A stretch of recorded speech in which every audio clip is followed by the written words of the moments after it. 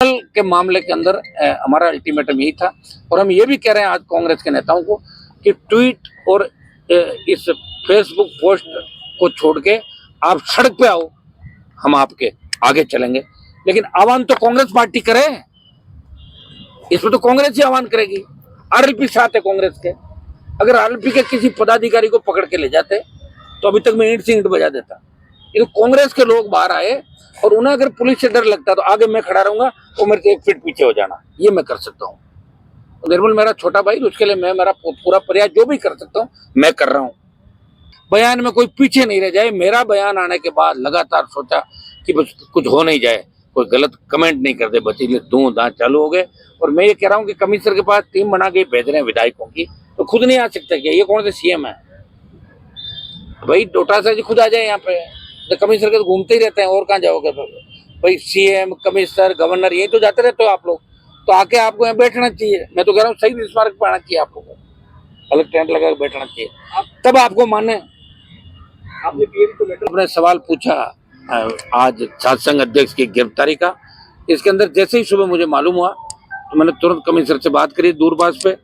अभिमन्यु पूनिया को तुरंत रिहा कर दिया और कमिश्नर ने बताया कि ये 2022 का मामला था जिसमें हमने गिरफ्तार किया। मुझे पहले लगा कि जो कल डॉक्टर राकेश बिश्नोई के लिए हम 7 दिन से वहां धरने पे बैठे थे, कल बड़ा कूच का हमारा वो ऐलान था, हजारों की तादाद के अंदर वहां बैठे हुए थे और एक मुकदमा जो हमारे छात्र संघ अध्यक्ष और कुछ आरएलपी कार्यकर्ताओं पे दर्ज हुआ था, तो उस मामले के लिए हमने कल वार्ता के अंदर इनको ही भेजा था। यही लोग थे, एमएलए साहब भी थे और निर्मल भी था और सारी टीम थी, मंत्रियों के साथ वार्ता करके लोग आए थे। तो उसके अंदर तय हो गया था। बाद में मैंने कमिश्नर को कहा कि भाई उस मुकदमे में कुछ भी नहीं, उन्होंने प्रॉमिस भी किया कि उस मुकदमे में कुछ भी नहीं होगा। ये कोई पुराना मामला था, लेकिन जो भी था ये गलत हुआ, मैं इसकी निंदा करता हूँ।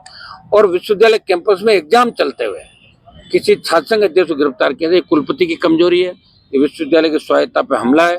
धीरे धीरे छात्र संघों को कमजोर कर दिया। विश्वविद्यालय के अंदर जिस तरह राजनीति घुस गई, कुलपति शिक्षा मंत्री के घर पे सब्जी लेके जाते हैं और गवर्नर के घर पे भी मैंने कुलपति को पूरा फ्रूट गाड़ी से भर के ले जाते हुए देखा। ये स्थिति क्यों? गवर्नर ही बनाता है और शिक्षा मंत्री का इंटरफेरेंस इसलिए होगा कि सरकार नाम देती है।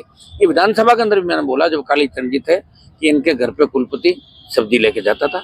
और ये जो गेस्ट हाउस और दूसरा बहुत सा कैंपस है जहाँ पुलिस ने अपना गेस्ट हाउस बना रखे हैं, जो विश्वविद्यालय का गेस्ट हाउस और दूसरी जगह जहाँ पुलिस ने अपना डेरा डाल कर कब्जा कर रखा। इस छात्र संघ चुनाव राजस्थान में बंद हुए, गहलोत सरकार ने किए। 9 में हमने अशोक गहलोत की जब 8 के अंदर आए, हम अध्यक्ष थे, मैंने पहला विश्वविद्यालय की जो हमारी ये विधानसभा के मामले को उठाया। बेल में बैठा रहा मैं 4 घंटे, तब एक एक करके और जो हमारे पूर्व अध्यक्ष थे वो भी आए। छात्र संघ चुनाव की अशोक गहलोत ने घोषणा करी 9 के अंदर, वापिस कराए, फिर बंद कराए। तो जब बंद कराए तो पिछली साल 23 के अंदर अगस्त सितंबर में छात्र संघ चुनाव राजस्थान में चालू कराने को लेके हमने राजस्थान में बड़ा आंदोलन चलाया। करीब 12 रैलियां मैंने राजस्थान के अंदर अलग अलग मुख्यालयों पर की, संभाग मुख्यालयों पे, अलग अलग विश्वविद्यालय, अलग अलग जो बड़े कॉलेज हैं। और जब छात्रों को यहाँ मैंने कहा कि आपको हुकार भरनी है, तब छात्र विद्यार्थी स्टेडियम में छात्र नहीं आए, सिर्फ आरएलपी के कार्यकर्ता है। और हमने छात्र नेताओं को मंच पे बिठाया, हमारे विधायक नीचे बैठे, हमने कहा एक नई परिपाटी की शुरुआत करते हैं। तब राजस्थान का नौजवान नहीं समझा, तब राजस्थान का छात्र नहीं समझा कि छात्र संघों को कमजोर करने का परिणाम आगामी दिनों में ये होगा। ये एक एक करके और सबको मार रहे हैं। हमारे विपक्ष के लोग भी इंतजार कर रहे हैं, कहीं मैं बैठ जाता हूँ जब वो लोग कहते हैं कि आरएलपी का आंदोलन हो गया, कहीं कोई दूसरा बैठ जाता तो कहते उसका आंदोलन हो गया। आज कांग्रेस जितनी ताकत लगा रही सोशल मीडिया, सड़क पर नहीं, निर्मल की गिरफ्तारी के बाद आज कांग्रेस के तमाम नेता सोशल मीडिया पे जितनी ताकत लगा रहे हैं, वो ताकत इसलिए भी लगा रहे हैं कि पिछले 2-2.5 महीने से उनको कोई मामला मिला नहीं, क्योंकि इधर यहाँ मैं बैठा हूँ रोक के, उधर भी मैं ही था, तो करे तो क्या करे। तो ये ताकत अगर 1.5 साल में कांग्रेस पार्टी लगाती, सड़कों पे लगाती, तो मजाल है भजनलाल जी इस तरह खुले हो जाते और भजनलाल जी ये कहने की हिम्मत हो जाती कि कांग्रेस के नेता रात के अंधेरे में हमें मिलते हैं।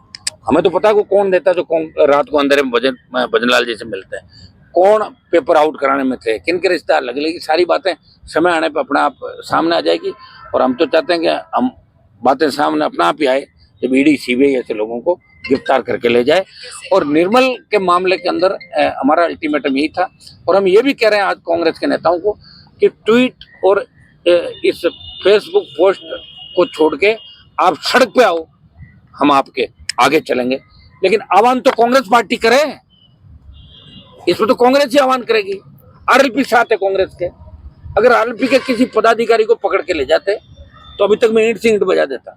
ये तो कांग्रेस के लोग बाहर आए और उन्हें अगर पुलिस से डर लगता तो आगे मैं खड़ा रहूंगा, वो मेरे से 1 फीट पीछे हो जाना, ये मैं कर सकता हूँ। निर्मल मेरा छोटा भाई, उसके लिए मैं मेरा पूरा प्रयास जो भी कर सकता हूँ मैं कर रहा हूँ। आप इंतजार करें कि कांग्रेस के नेता हाथ खड़े कर दे, उसके बाद ना मैं ये भी नहीं कर रहा हूँ। सुनो, मैं तो कर रहा हूँ गिरफ्तारी गलत हुई, इस तरह नहीं करना। अशोक गहलोत का ट्वीट मैंने पढ़ा था कि सरकार में ये हो रहा है। आपने कौन तक किया था? नो की तरह आपने तो भ्रष्टाचार के पूरा शोरूम खोल दिया राजस्थान के अंदर। आरपीएससी को आपने भ्रष्टाचार का अड्डा बना दिया। हर एमएलए सुपर सीएम समझ रहा था।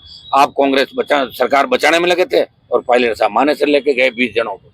तब आप कौन सा सबूत दे रहे थे, कौन सी ईमानदारी का, ये तो बताओ मुझे दोनों नेता। तब आप क्या कर रहे थे?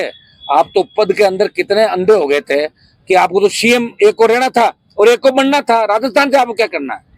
राजस्थान के लिए तो हमने बहुत से मामले देखे, तो आपका ट्वीट तक नहीं आया, बयान तक नहीं आया। आपको जब जरूरत पड़ी सचिन पायलट को तो मैंने 2 बार उनका साथ दिया।